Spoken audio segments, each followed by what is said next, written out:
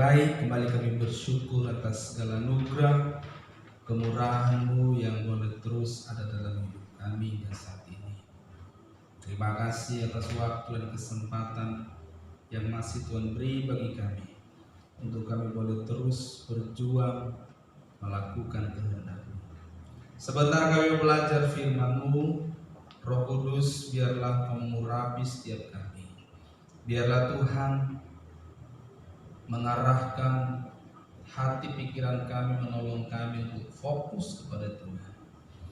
Urapi setiap kami, urapi hamba-Mu, biarlah kebenaran-Mu Kau sampaikan bagi setiap kami.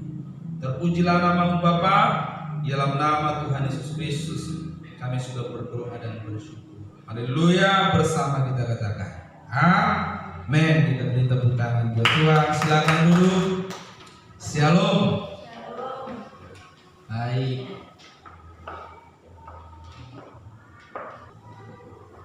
Saudaraku yang dikasihi Tuhan, banyak orang mengaku percaya kepada Tuhan. Ya. Bahkan mengklaim bahwa dia adalah orang yang percaya kepada Tuhan. Ya. Tapi yang menjadi pertanyaan adalah bagi kita dan bagi banyak orang yang mengatakan bahwa dia percaya kepada Tuhan, ada satu pertanyaan bagi kita semua. Benarkah kita percaya kepada Tuhan? Ya. Dan ini saudaraku harus bisa kita jawab dengan benar melalui tindakan kita. Karena kalau cuma di perkataan saudaraku, bukan hanya kita. Firman pun berkata, setan pun percaya, roh jahat pun percaya. Itu sebab firman Tuhan berkata, kau percaya hanya ada satu Tuhan? Setan juga percaya. Jadi kita percaya yang model bagaimana? Apakah kita hanya sekedar percaya di perkataan lalu tanpa membuktikan dalam tindakan kita? Benarkah engkau percaya kepada Tuhan? Kita baca dulu Yohanes 14 ayat 1. Demikian firman Tuhan. Kita baca sama-sama. 1, 2, 3. Ya. Janganlah gelisah hatimu. Percayalah kepada Allah. Percayalah juga kepada, sekali lagi, janganlah gelisah hatimu. Percayalah kepada Allah. Percayalah juga kepadaku. Silakan dulu. Saudaraku yang dikasihi Tuhan, ketika Yesus menyampaikan percayalah kepadaku dan percaya jugalah kepada Allah dan kepadaku. Kenapa? Karena memang orang-orang yang berhadapan dengan dia pada saat itu ada dalam kegelisahan. Jadi dengan kata lain, kamu jangan gelisah, kamu jangan khawatir, kamu jangan ragu kalau kamu percaya. Ya. Nah, hari ini ada banyak orang berkata percaya kepada Tuhan. Kita percaya nggak kepada Tuhan? Hah? Percaya nggak? Percaya nggak kepada Tuhan? Hari ini ada banyak orang percaya. Si Johanna aja bilang percaya. Percaya sadar Tuhan. Dia bilang, Johanna bilang, percaya sama Tuhan, tapi dengar. Ada percaya yang benar, ada percaya yang tidak benar. Percaya yang tidak benar itu begini, kamu percaya sama Tuhan, tapi tindakanmu gak percaya. Banyak orang percaya tapi hidup dalam ketakutan, hidup dalam keraguan, hidup dalam kekhawatiran, hidup dalam kegelisahan. Itu sebabnya Yesus berkata kepada para pengikutnya dalam Yohanes 14:1, jangan gelisah tapi percaya, jangan takut tapi percaya. Amin. Kalau kamu takut, kalau kamu gelisah, artinya kamu gak percaya. Percaya kepada Allah, percaya kepada Tuhan, tidak boleh hidup dalam ketakutan dan keraguan dan kekhawatiran. Apa sih yang membuat orang takut dan ragu? Masa depan. Masa depan di mana? Di bumi. Hari ini banyak orang lebih takut masa depan di bumi daripada masa depan di kekekalan. Makanya dengan takutnya orang dengan masa depan di bumi, mereka melakukan hal-hal yang hanya berhubungan hanya soal masa depan di bumi. Padahal firman Tuhan jelas berkata, janganlah kau memikirkan perkara-perkara yang di bumi, pikirkanlah perkara-perkara yang di atas. Maksudnya apa? Pikirkan masa depan di kekekalan. Tapi hari ini ada banyak orang lebih takut tidak makan daripada nggak masuk surga. Iya enggak? Iya kan? Kalau orang hari ini nggak makan marah tuh, marah, iya kan? Lebih baik marah daripada nggak makan, atau lebih baik nggak makan, atau lebih baik nggak makan atau tidak marah? Pilih mana? Kalau kau jadi marah kan nggak ke surga kan? Kalau kau nggak makan, cuma masa depanmu, keadaanmu di bumi saja yang terancam. Benar nggak? Kan pemarah, pemabuk nggak masuk dalam. Iya enggak? Iya enggak? Makanya kalau orang hari ini pikir yang penting di bumi saya selamat, orang banyak melakukan hal-hal di bumi ini. Banyak sekali orang baik bekerja keras melakukan ini dan itu karena sebenarnya mereka takut dengan masa depan di bumi. Ada banyak orang melakukan banyak hal bukan karena benar-benar takut dengan masa depan di kekekalan. Bagaimana masa depanku di kekekalan? Bagaimana nanti saya di kekekalan? Apakah bersama Tuhan selamanya atau tidak? Kalau kita tanya hari orang Kristen, kenapa kau kerja? Jawabnya apa? Kalau tidak kan lagi nyari kerja. Niatnya mau cari kerja untuk apa? Hah? Untuk makan. Firman Tuhan berkata, hidup bukan untuk makan, tapi makan untuk hidup. Tahu nggak artinya? Kamu kerja itu jangan bukan karena untuk makan, tujuan utamanya, tapi untuk hidup, sehingga hidupmu itu memberi dampak pada kekekalan. Kalau orang fokusnya hidup untuk makan, ya sudah, hidupnya bagaimana dia makan? Ketakutan, kekhawatiran akan masa depan di bumi ini, itu adalah orang-orang yang sebenarnya tidak percaya kepada Tuhan. Renungkan hal ini baik-baik. Kalau kau mengaku percaya kepada Tuhan, ya, tapi justru kau hidup dalam ketidakbenaran, hidup dalam ketakutan, hidup dalam keraguan, hidup dalam kekhawatiran, hidup dalam kegelisahan, benarkah kita percaya kepada Tuhan? Kalau kita mengaku, kalau kau mengaku percaya kepada Tuhan, tapi engkau justru hidup dalam ketidakbenaran. Kalau kita hidup dalam ketakutan soal hal-hal di bumi ini, soal penghidupan penghidupan kita di bumi ini, itu benar nggak? Kebenaran bukan itu? Bukan. Ragu dengan penyertaan Tuhan walaupun banyak masalah, banyak tantangan, itu ketidakbenaran bukan? Iya. Khawatir padahal dia yakin ada Tuhan yang memeliharanya, dia percaya kepada Tuhan.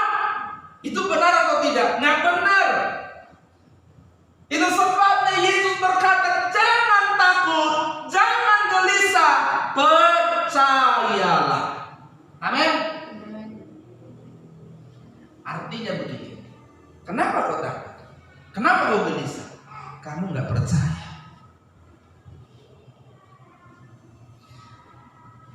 Kalau kau percaya kepada Tuhan, tapi kau justru hidup dalam ketakutan, hidup dalam keraguan, hidup dalam kegelisahan, benarkah kita mengenal dan mengalami?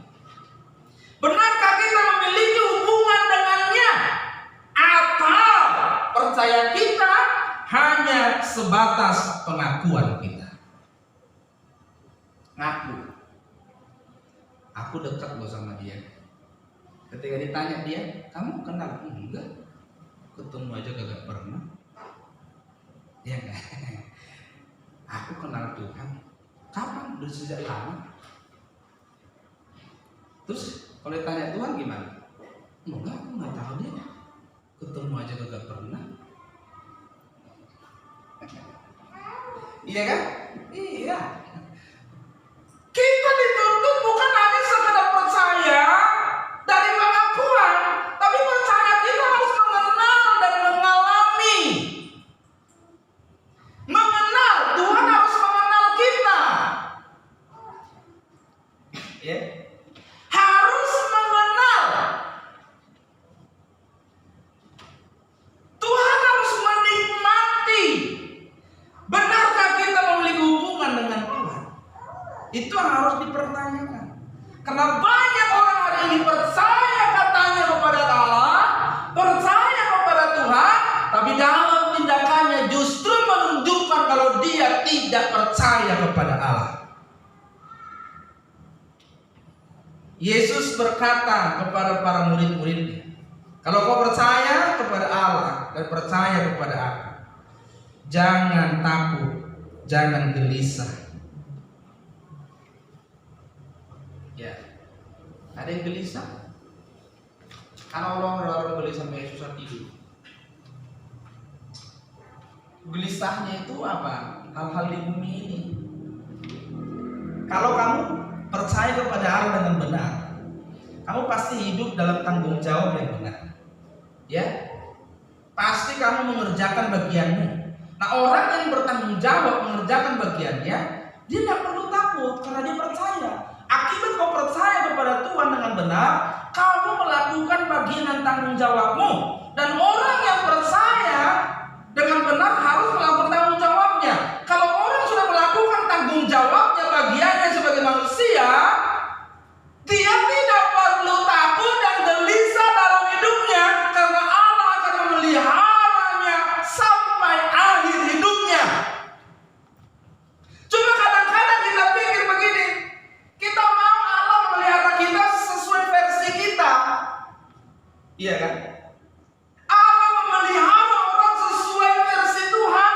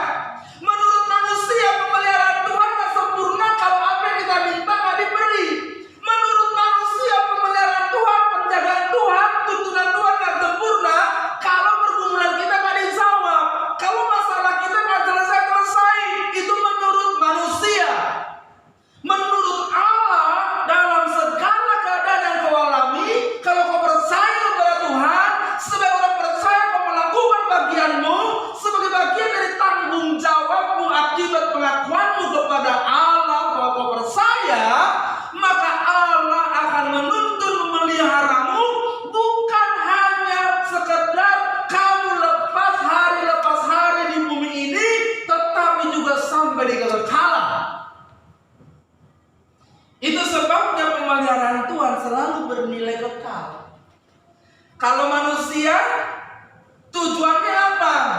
Banyak sekali tujuannya, ada di bumi ini saja. Yang penting lepas dari persoalan di bumi. Padahal Tuhan Yesus datang bukan untuk melepas kamu dari persoalan di bumi. Kalau Tuhan Yesus datang untuk melepas kamu dari persoalan di bumi, semua pergumulanmu, semua masalahmu akan diselesaikan. Cuma manusia ini gak tahu masalahnya apa. Masalah utama kita adalah karakter kita yang harus diselesaikan. Karena karakter ini adalah hubungannya kepada kehidupan kekal. Masalah kita bukan apa yang di luar diri kita. Itu sebabnya Yesus datang untuk keselamatan jiwa. Waktu manusia jatuh dalam dosa, yang rusak apanya? Jiwanya. Akibat jiwa yang rusak, maka rusaklah tindakannya. Kalau pikiran orang rusak, tindakannya pasti rusak. Masalah orang yang harus diselesaikan oleh Tuhan Yesus adalah jiwanya, karakternya yang tidak sesuai dengan kehendak Allah. Bukan soal penghidupan di bumi. Itu bukan fokus utama. Itu sebabnya waktu murid-muridnya berkata, orang Yahudi berkata, "Guru, kapan kau akan memulihkan bangsa Israel?" Yesus bilang apa? Kamu tidak perlu tahu kapan saatnya. Dan sampai dia naik ke surga, Israel tidak dipulihkan. Benar nggak? Israel dipulihkan nggak? Enggak. Orang-orang Kristen yang pertama, para murid yang pertama, 11 mati martir. Cuma satu yang tidak, yaitu Yohanes yang menulis kitab Wahyu. Itu pun dia sempat digoreng, nggak mati, digoreng di kuali. Itu sebanyak apa minyaknya ya? Kalau segede saya ini digoreng, itu Yohanes itu kan orang luar negeri gede dia, orang digoreng. Seperti goreng ayam penyet. Nggak mati, dibuang ke Pulau Patmos. Pulau Patmos itu adalah kalau hari ini seperti Nusa Kambangan. Jadi kalau orang dibuang di sana bisa balik sampai dia mati di sini. Di Pulau Patmos dia mendapat penglihatan dari Tuhan Yesus, lalu dia menulis kitab Wahyu. Ya. Makanya saudaraku, Yohanes itu kan buta huruf. Kemungkinan dia punya teman atau apalah istilah hari ini ya, entah, pembantu menulis penglihatannya itu. Apakah Tuhan menyelesaikan masalah mereka? Enggak. Murid-murid yang pertama dan jemaat yang mula-mula tahu bahwa fokus hidup mereka bukan bagaimana lepas dari persoalan di bumi. Makanya mereka militan, nyawa pun diancam, mereka tetap percaya kepada Tuhan. Kenapa? Karena mereka sudah tahu fokus Tuhan Yesus datang bukan pemulihan fisik, tetapi pemulihan jiwa. Dan hidup yang berharga bagi mereka bukan hidup di dunia, tapi hidup di kekekalan. Itu sebabnya mereka dengan rela mempertahankan iman mereka walaupun nyawa, harta, dan semua hilang. Walaupun mereka diseret jadi makanan binatang, walaupun mereka dipenggal, walaupun tubuh mereka dicabik-cabik, dibakar, mereka tidak takut. Dan mereka tidak bilang, "Tuhan di mana kau? Kok nggak tolong?" Nah, kalau kita baca kisah para rasul, kisah jemaat mula-mula dan para rasul itu, nggak ada waktu mereka dianiaya, nggak ada mereka yang berkata, "Kok Tuhan nggak tolong kami?" Mereka udah ngerti betul, hidup kita bukan di sini. Justru kita bangga bisa menderita untuk Tuhan. Tapi hari ini orang yang percaya justru takutnya apa? Takut nggak makan, takut nggak minum, takut. Takutnya itu takut hanya hal-hal di bumi. Takut yang benar adalah ketika takut kita membawa kita terus semakin diubahkan. Jadi orang percaya yang tidak benar itu, mereka percaya tapi masih takut dengan banyak hal. Saya percaya begini Bapak Ibu, kalau kamu melakukan bagianmu sebagai orang percaya kepada Tuhan, aku percaya kepada Tuhan, tidak cukup hanya begitu. Orang percaya kepada Tuhan harus hidup bertanggung jawab. Amin. Makanya saya selalu bilang begini, kalau orang tidak makan atau kehilangan kesempatan karena malas, kamu gak usah berdoa. Tak ada gunanya aku berdoa. Ubah karakter. Amin. Iya, ubah karaktermu. Jangan malas supaya kamu tidak kehilangan kesempatan, supaya kamu bisa diberkati Tuhan. Ya, jangan bilang begini, berkat bangsa-bangsa datang kepadaku. Kan banyak orang berkata begitu, berdoa. Mereka kutip ayat perjanjian lama yang berkata berkat bangsa-bangsa akan datang kepadamu. Itu kan berlaku hanya bagi orang Israel. Kalau hari ini semua orang Kristen di dunia berdoa begitu, bangsa-bangsa yang mana? Orang Kristen di Indonesia berdoa berkat bangsa-bangsa datang kemari. Orang Kristen di Filipina berdoa berkat bangsa-bangsa datang kemari. Dari bangsa-bangsa mana tarik-tarikan itu?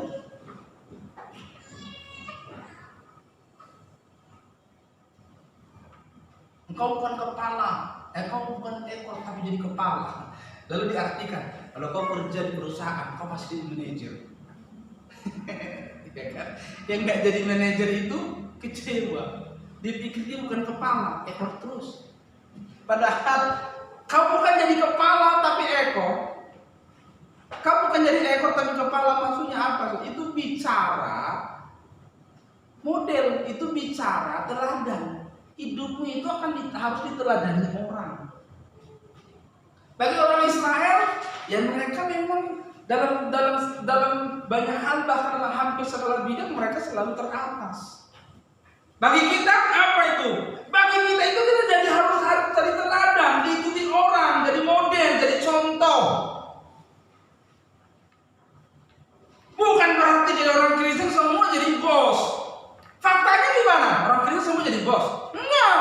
Tapi walaupun kamu gak jadi bos, karaktermu itu harus jadi contoh bagi orang, supaya orang mengikuti, meneladani. Kamu jadi kepala yang diikuti.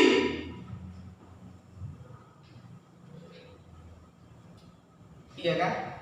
Tapi orang Kristen maksa ngajar, ambil Tuhan datang, dia tetap aja jadi karyawan gara-gara itu, karena nggak ngerti. Itu bicara karakter bagi umat perjanjian baru. Ya, percaya yang benar itu gimana sih? Coba kita buka Daniel 3 ayat 17 sampai 18. Jika Allah yang kami puja sanggup melepaskan kami, maka Ia akan melepaskan kami dari perapian yang menyala-nyalai dan dari dalam tanganmu ya Raja. Tetapi seandainya tidak, hendaklah Tuanku mengetahui ya Raja, bahwa kami tidak akan memuja dewa Tuanku dan tidak akan menyembah patung emas yang Tuanku dirikan itu. Ini adalah kisah Daniel, ya. Waktu dia tidak mau menyembah patung yang dibuat oleh raja pada saat mereka ada dalam pembuangan dulu. Lalu mereka diancam akan dimasukkan ke dalam sebuah tempat di mana apinya dipanaskan berkali-kali lipat dari api biasa. Dan mereka ditaruh di sana. Daniel tidak bilang begini, aduh, kalau begini mah aku nurut saja sama Tuanku Raja. Daniel itu benar-benar dimasukkan ke tempat perapian yang menyala-nyala itu. Dia tidak gentar sedikit pun. Percaya yang benar itu mengenal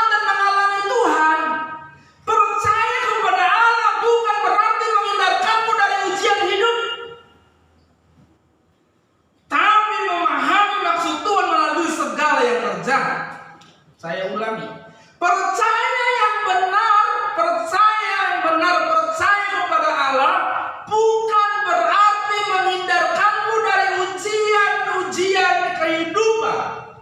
Percaya yang benar itu berarti apa? Memahami maksud Tuhan melalui segala yang terjadi, sehingga kita mengerti, memahami apa yang harus kita lakukan. Orang yang mengenal dan mengalami Tuhan pasti memiliki hubungan dengan Tuhan. Jadi kita percaya bukan karena mengalami pertolongannya secara jasmani, secara fisik. Orang yang percaya yang benar bukan karena dia mengalami pertolongan Allah secara jasmani. Itu bukan ukuran orang percaya yang benar. Orang percaya yang benar, dia tidak berkata aku percaya kepada Allah karena Allah melepaskan dia dari pergumulan jasmaninya. Orang yang percaya yang benar akan dia mengenal dan mengalami pribadi Allah. Mengenal dan mengalami pribadi Allah. Jadi kita jangan berkata kalau Allah ada, dia pasti menolong aku. Kalau tidak dia tolong aku, berarti dia tidak ada. Buktinya aku percaya dia pasti melepaskan aku dari persoalan. Kalau tidak dilepaskan, berarti kau nggak percaya. Tapi yang bilang begini, sekalipun Allah yang kami percayai tidak menolong, tidak melepaskan, kami tidak akan pernah goyah dan beralih menyembah yang lain. Amin. Sekalipun masalahku tidak ada solusinya, sekalipun masalahku tidak ada selesainya, aku akan tetap percaya kepada Allah yang aku yakini. Aku tidak akan pernah goyah, aku tidak akan pernah ragu, aku tidak akan pernah gelisah, karena aku mengenal Allah yang aku percaya. Itu sebabnya orang percaya pada Tuhan, percayanya tidak akan berubah oleh karena situasi apapun. Amin. Dia nggak akan berubah percayanya oleh karena situasi apapun. Iya kan? Iya. Dia akan terus berjuang dalam keadaan apapun untuk berkenan kepada Allah. Jadi kalau orang hanya karena situasi persoalan sudah nggak datang gereja, aduh, ya, hanya karena oleh persoalan situasi yang ada lalu berubah jadi tidak benar, itu bukan percaya yang benar. Orang yang percaya pada Tuhan, percayanya tidak akan berubah. Gaya hidupnya tidak akan berubah oleh karena situasi apapun. Kamu kalau tidak menyembah patung itu, kamu dimasukkan dan dibakar di api. Daniel tidak berubah sedikit pun. Sekalipun Tuhan tidak menolong kami tidak akan pernah mengingkari percaya kami kepada Allah.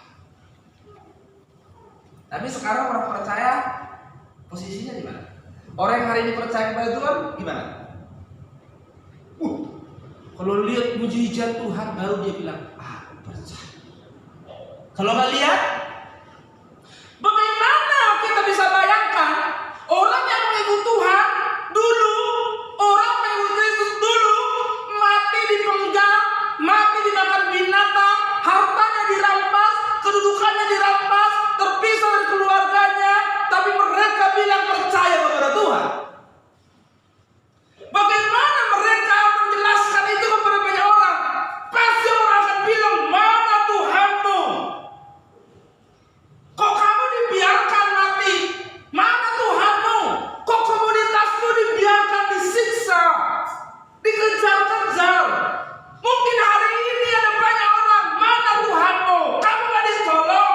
Mana Tuhanmu? Kamu dibiarin. Mana Tuhanmu? Hidupmu dibiarkan dan ditolong. Mana Tuhanmu?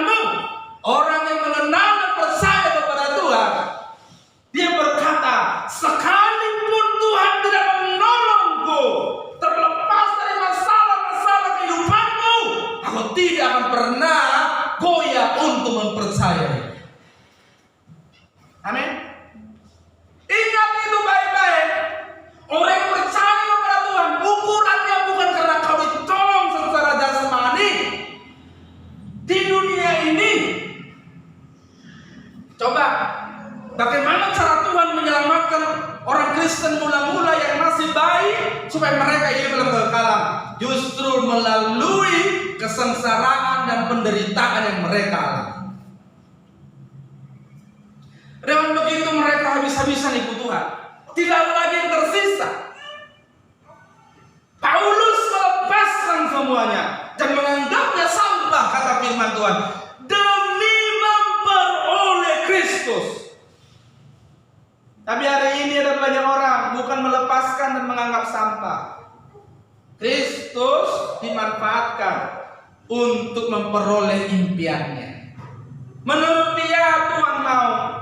Menurut dia, karena dia berkata, Tuhan tolong aku untuk meraih ini, tolong aku untuk meraih itu, tolong aku untuk meraih itu. Itu keinginanmu, bukan keinginan Allah. Di mana posisi percaya kita? Percaya karena Tuhan menolong? Karena kita lihat perbuatan-perbuatannya secara fisik, secara jasmani? Atau kita tetap percaya sekalipun Tuhan tidak menolong kita dalam persoalan-persoalan kita? Berani nggak kita tetap berkata, aku tetap meyakini Allah yang akan ikuti dalam kesembuhan? Lalu percaya yang benar ini harus terlihat dari kehidupan kita. Itu sebabnya percaya yang benar itu, yang pertama tadi percaya yang benar itu mengenal dan mengalami Tuhan. Percaya yang benar yang kedua apa? Hidup selaras dengan firman Tuhan. Dalam Yakobus pasal 2, Yakobus pasal 2 ayatnya yang ke-19 dikatakan tadi seperti yang sudah saya sebut, engkau percaya bahwa hanya ada satu Allah saja, itu baik. Tetapi apa? Setan-setan pun juga percaya akan hal itu dan mereka gemetar. Saya mau tanya, percayanya setan percaya yang benar nggak? Enggak, berarti maksudnya apa? Percaya yang benar di dalamnya ada kehidupan yang selaras dengan kehendak Allah. Percaya yang benar di dalamnya ada kehidupan yang selaras dengan kehendak Allah. Berarti kalau orang hidupnya nggak selaras dengan kehendak Allah, dia berkata percaya kepada Tuhan, itu bukan percaya yang benar.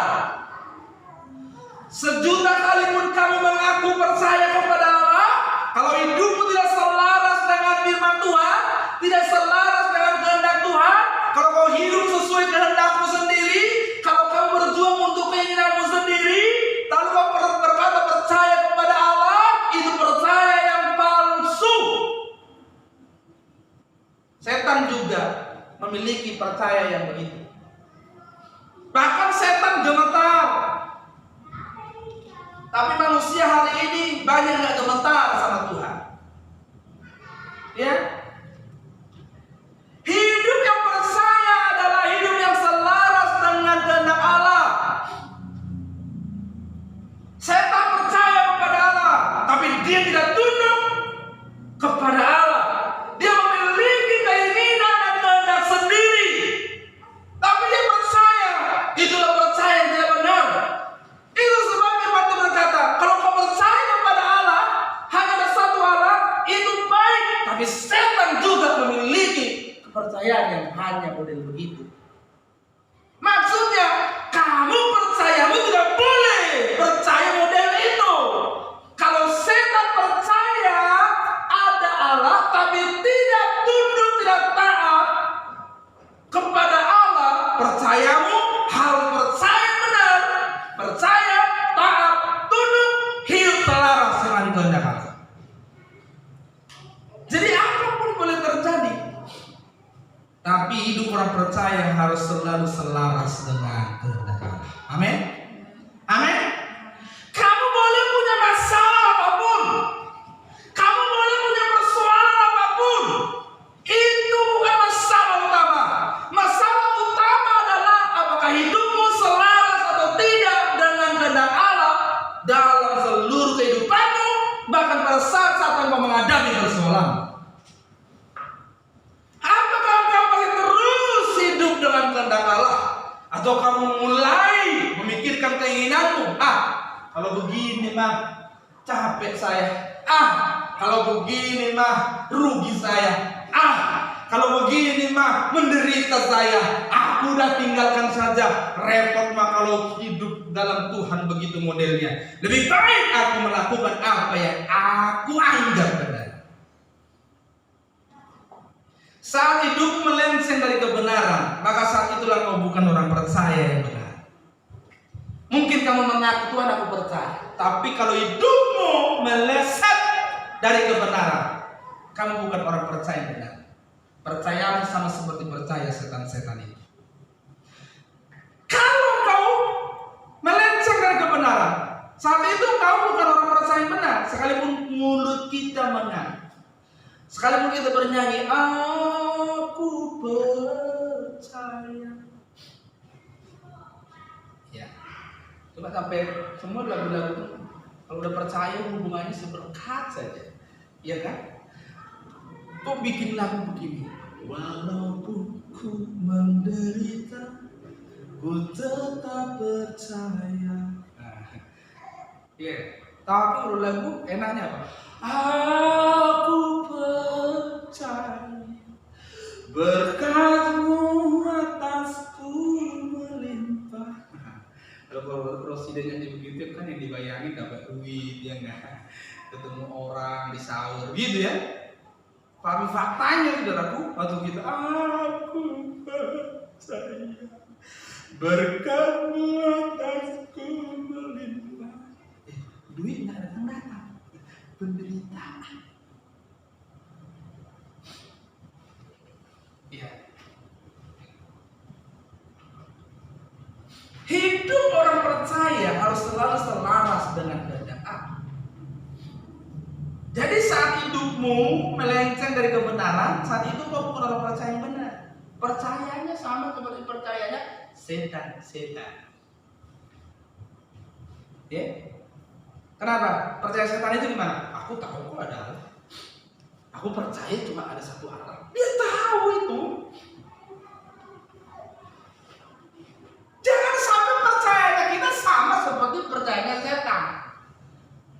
Percayanya setan itu dia tahu hanya ada satu Allah, dan dia tahu Allah penguasa jagat raya, dan dia tahu Allah tidak mungkin ditaklukkan oleh apapun dan siapapun, tapi dia tidak takluk kepada Allah. Makanya setan itu, saudara, dia tahu dia tidak akan pernah bisa mengalahkan Allah. Dia tidak ada kesempatan untuk bertobat sama seperti kita. Kita ini punya kesempatan, aduh, banyak sekali kesempatan kita bertobat. Tapi dari banyak kesempatan ini, hidup hanya satu kali ini. Inilah kesempatan terakhir. Jangan disia-siakan. Setan begitu jatuh dalam dosa, nah ada kesempatan bertobat. Makanya apa yang dia lakukan? Karena tidak ada kesempatan bagi dia ingin menyesatkan banyak orang. Dia sampai hari ini bermanuver dan bekerja menyesatkan banyak orang. Menyesatkan itu gimana? Caranya gimana? Belak-belakan? Enggak, halus, menyamar. Bahkan yang paling halus caranya adalah menciptakan dan memberi kenyamanan hidup bagi orang-orang Kristen pada umumnya. Dia beri kenyamanan hidup supaya kau lupa bahwa hidup yang nyaman itu bukan di sini. Amin. Jadi Rosida, hidup yang nyaman bukan di sini. Amin. Iya. Nanti kamu kerja di perusahaan di mana bosmu marah-marah, ingat hidup yang nyaman bukan di sini. Semua keadaan ini harus membentuk supaya aku mendapatkan kehidupan yang nyaman di kekekalan.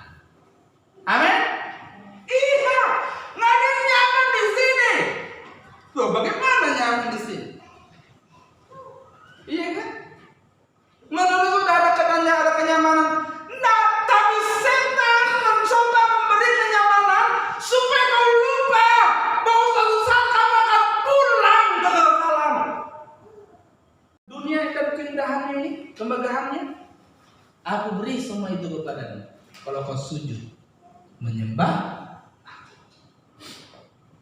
Apa itu maksudnya? Kenyamanan dunia. Makanya kita harus hati-hati. Makanya selalu saya bilang, kalau kau punya banyak pun dan kau punya segalanya pun, jangan kau pernah merasa nyaman karena itu. Kenyamanan orang percaya bukan di sini. Di sini kita berjuang, di sini kita berjuang melakukan kehendak Allah. Upah kita yang sesungguhnya nanti di kekekalan. amin. Jadi kalau di sini kita menderita, kalau di sini kita punya masalah nggak ditolong, tidak apa-apa. Kita tetap percaya pada Allah yang kita yakini dan kita kenal. Karena kita tahu Allah justru ingin membawa kita dari sini kepada kehidupan yang kekal. Dia mengizinkan segala keadaan supaya kita dipersiapkan, kita layak masuk pada kehidupan yang kekal. Dia tidak ingin memanjakanmu di sini.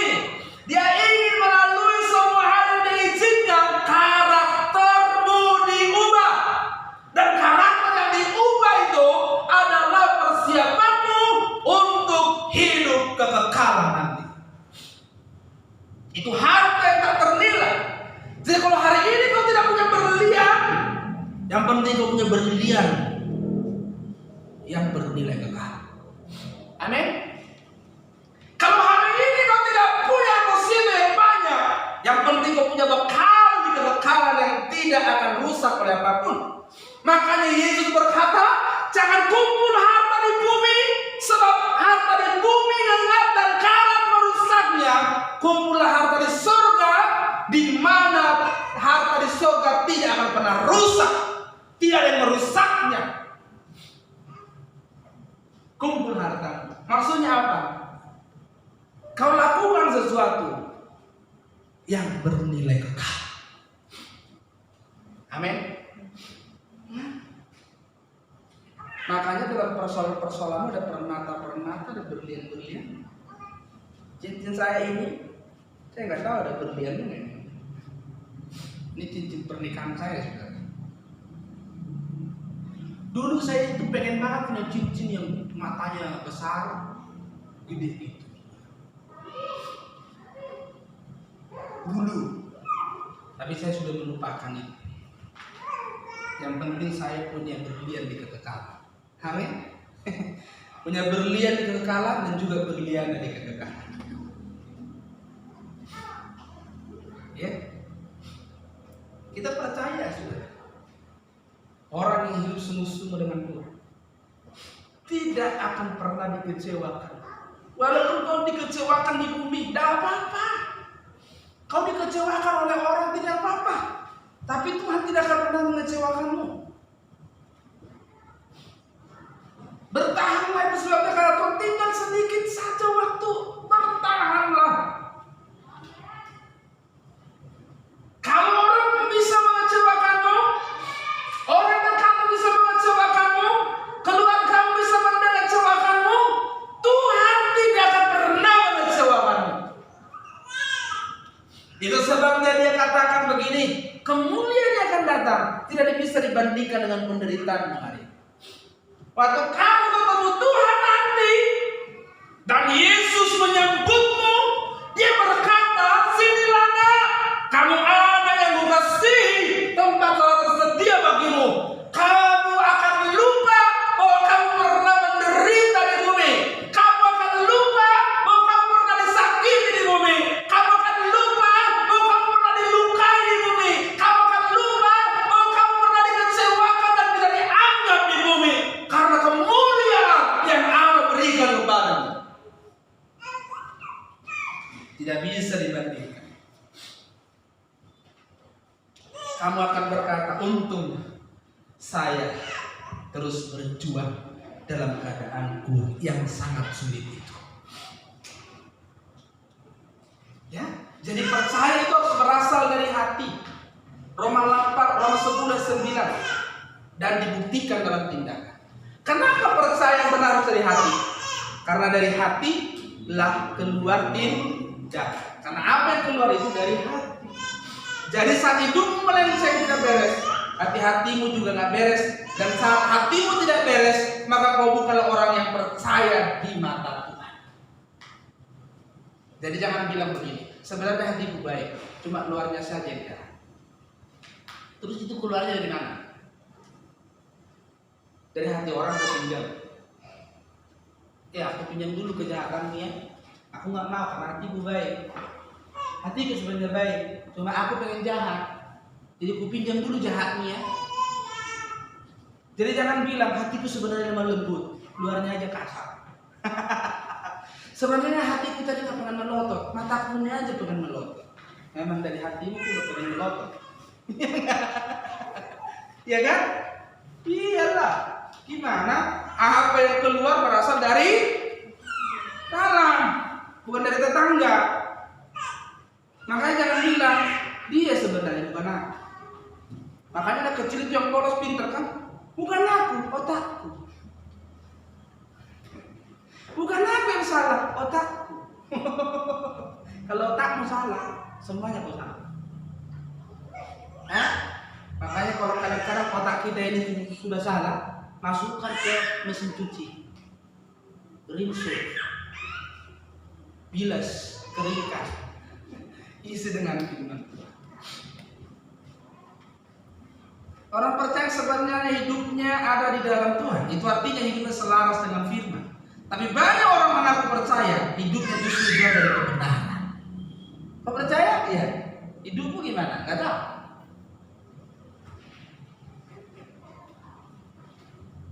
Orang percaya itu hidupnya harus selaras dengan kebenaran. Amin. Kalau tidak, percayamu sama seperti percaya apa tadi? Percayamu sama seperti percayanya setan. Dia percaya kepada Tuhan, tapi tidak tunduk dan tidak takluk. Itu sebabnya ketahuilah, menjadi orang percaya adalah status. Menjadi orang percaya adalah status, bukan pengakuan. Kalau status itu harus dibawa dalam seluruh hidup. Wah, aku anak Tuhan. Dimanapun kau ada, aku anak Tuhan. Aku orang percaya. Itu statusmu. Bukan sebatas pengakuan. Statusmu akan kelihatan dari kehidupanmu, bukan dari pengakuanmu. Percaya kepada Tuhan bukan karena kau melihat, mengalami perbuatannya melalui tanda-tanda fisik. Kamu harus berani kepada Allah, percaya kepada Allah, sekalipun dia seolah-olah bersembunyi. Jadi bukan karena mengalami perbuatan secara fisik, tapi karena kau mengalami mengenal pribadi. Terlebih sebagai orang percaya, kau sudah tinggal di dalamnya. Mengaku percaya pada Tuhan, tetapi hidup dalam ketakutan, kekhawatiran, keraguan, kegelisahan soal hal-hal di bumi ini, itu namanya percaya tidak tanpa mengenal dan mengalami Tuhan. Itu sebenarnya bukan orang percaya. Jadi orang percaya yang benar hidup selaras dengan firman Tuhan. Amin. Hiduplah dengan benar, selaras dengan kehendaknya, karena begitulah seharusnya kehidupan orang-orang yang percaya dengan benar. Amin. Tuhan memberkati kita. Kita berikan tepuk tangan.